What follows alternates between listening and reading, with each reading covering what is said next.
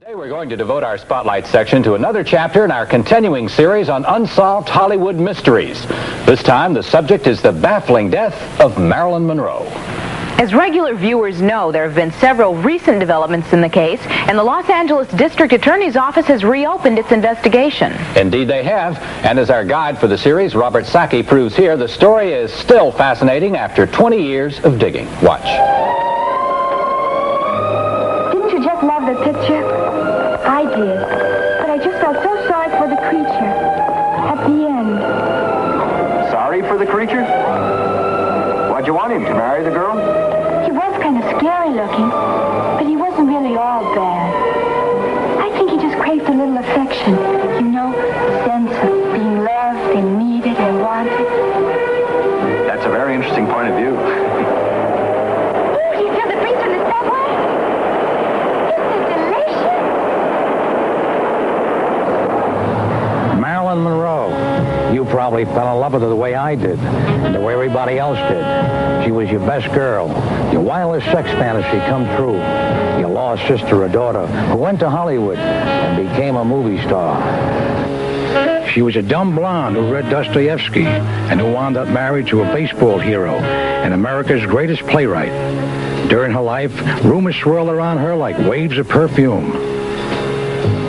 And today, 20 years later, her death and the way she died still doesn't smell right. This is the house on 5th St. Helena Drive in the exclusive Los Angeles suburb of Brentwood, where Marilyn was living alone, except for a housekeeper in August of 1962. Since her divorce from playwright Arthur Miller 2 years before, her name had been mentioned along with those of several important men, most of them married. Marilyn was friendly with President John Kennedy and his brother Robert.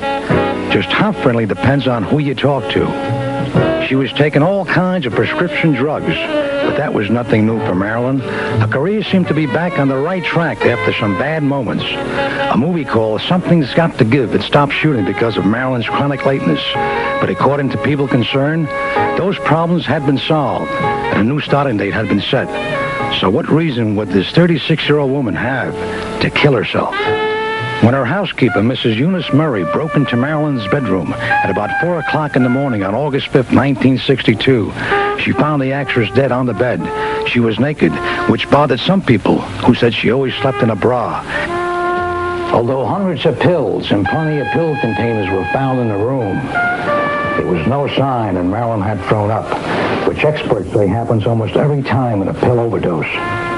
Not only that, but an autopsy conducted by the famous coroner to the stars, Dr. Thomas Noguchi, seemed to indicate no trace of capsules or pills in the intestines, something they almost always find in a pill overdose. In spite of these apparent contradictions, the official cause of death was listed as suicide, caused by 47 Nebutol capsules, plus a large dose of chloral hydrate. No wonder the case is still being picked over 20 years later. By an assistant coroner who says he was ordered to take part in a cover-up. By a writer who claims to have new evidence from the police. By a man who says he was once married to Monroe. By a private detective who says the CIA had knocked her off. Best I could figure out from a 10-year investigation probably is some sort of dissident action of the CIA or some such type of group. Sure, Milo might just be another hard-working private eye doing his digging as a public service, but he does have a new book about Marilyn coming out, which might tell us a little about why he's kept his eye on this case. She quoted to me she was going to blow the lid off of the whole thing, at which time she was going to tell about the diary, about Bobby Kennedy and what he had told her, and about her romance with JFK. A lot of people think Slasser just might have been married to Marilyn, as he claims. It's the kind of thing she might have done. But his book about her is being reissued in paperback, so keep that in mind. I think it has been a homicide and conceivably a murder. Rapose's also got a new book about Monroe, but he doesn't have a publisher yet. What I can say is that the normal course that is followed in the coroner's office for dealing with coroner's cases, particularly those of people that are in the public's eyes and also people who have large insurance, the course that normally is followed under those circumstances was not followed. As for Granderson, you gotta wonder if you can believe much of anything a guy says who got caught using a credit card. He took off a dead body. But not everybody who's come forward lately did it to get their kisser on page 1. A photographer named Lee Weiner took some pictures of Marilyn's body in the morgue for Life magazine. And he remembers now there was something very surprising about the color of the skin. I was getting a routine medical examination, a yearly checkup. And I talked to the doctor, and I said, I'm curious, what does a body look like that dies from cyanide poisoning? Well, he said, if it's a big dose of cyanide, like someone gets, for example, at the gas chamber, which is cyanide poisoning, the body will, in all likelihood, probably look like most dead bodies, white and waxy.